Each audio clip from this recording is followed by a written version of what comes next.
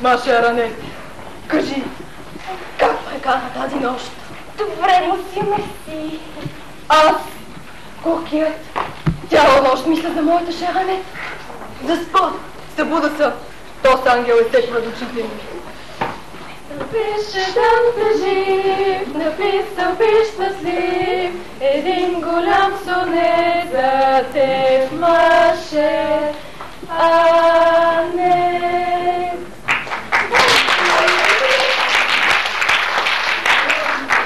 И тъй, душата ми се тиранисва. Кажи, Маша, имаш ли таква си тирания? Ох, мусио, имам. Имаше. Не си никак родена да стане жена на един парифрин. На тората та дарила, Бога ми, с такви физически авантажи. Такива персонални грации. Ще си само за сантименталното сърце, а не на запец. Да, маптита ми, ти си родена да живееш в пазвата на цивилизацията. Идваш ли с мен там?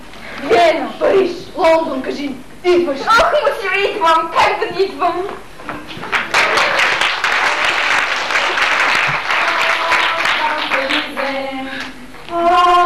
Champs-Élysées, emmenez sous le bruit, à minuit, il y a tout ce que vous voulez aux Champs-Élysées.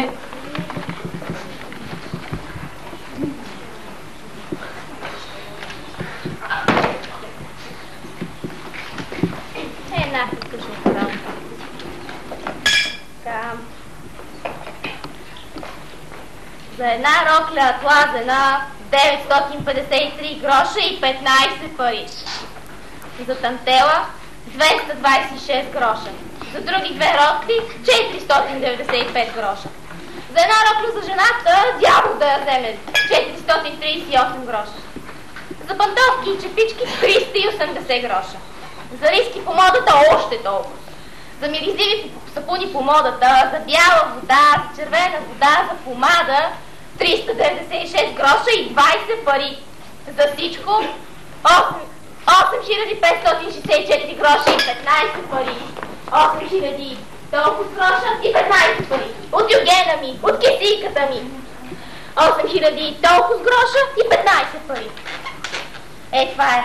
Ставиш ли си на къл на жената, трябва жив в гроба да влезеш. Мъж трябва на моята Анка, мъж. Ще говоря аз с майсто Щаби Митю, момче добро, работливо и най-важното, няма да й пълни главата с разни приказки за моди и цивилизация.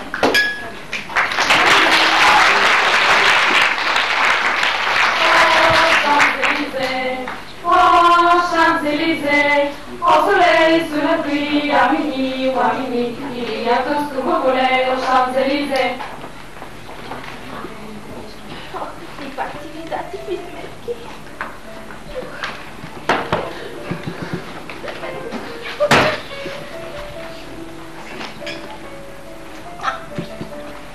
Това ми обещал на майсто Станива Митю.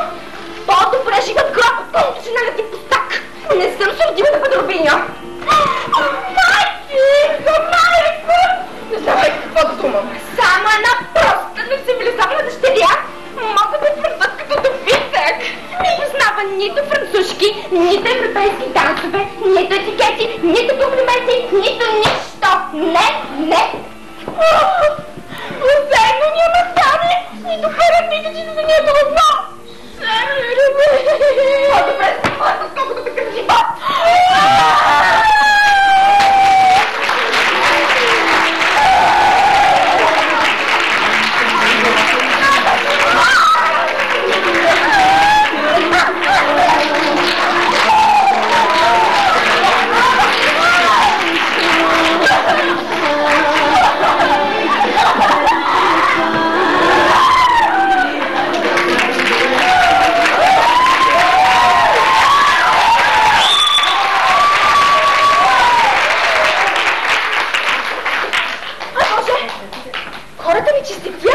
На мене и на майстор Станива Митю.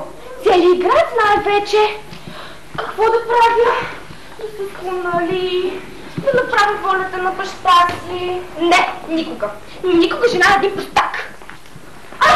Маргариди, вече за път.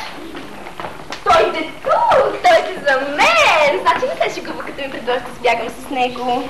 Може какво да правя? Какво да правя? Ще вървя. Аз жена на един простак няма да бъда. Ще вървя. Пред цивилизацията ще вървя.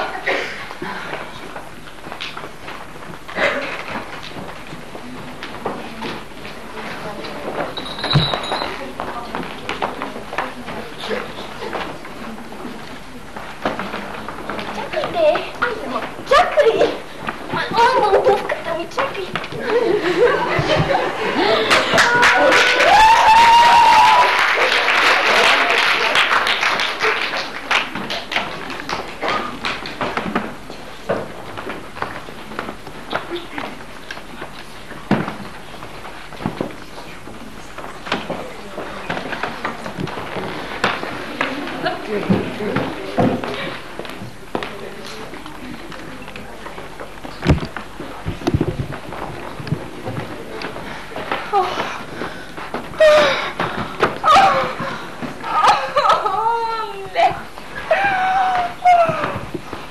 Бонжур, мадам Анет.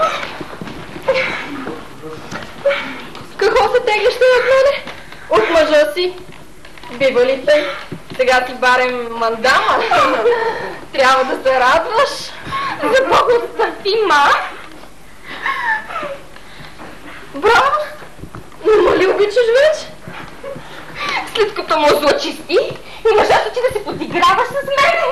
Ма ти искаш сега ли? Такава ли ти била човещината? Такава ли ти цивилизацията? Ма ти искаш сега ли да ти правя комплимент? Моите комплименти за тебе свършиха. Сега трябва ти на мен да правиш комплименти, че си в ръцете ми. Да, в ръцете ти като една рубиня. Ти зато и си родена от рубиня. Не си някоя цивилизирана жена да ти имам уважението. Ти си проста, като всяка българка. Тази ли ти човещината? Това ли ти цивилизацията? Това е цивилизацията, ако искаш да знаеш. Сега ще видиш тук в той село. Няма! Ще ми слугуваш и ще ме радваш.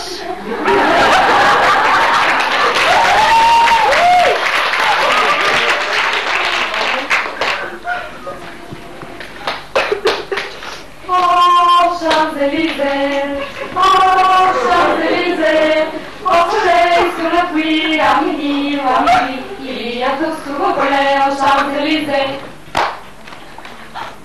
Някой иде. Боже, що е? Той подкрепи.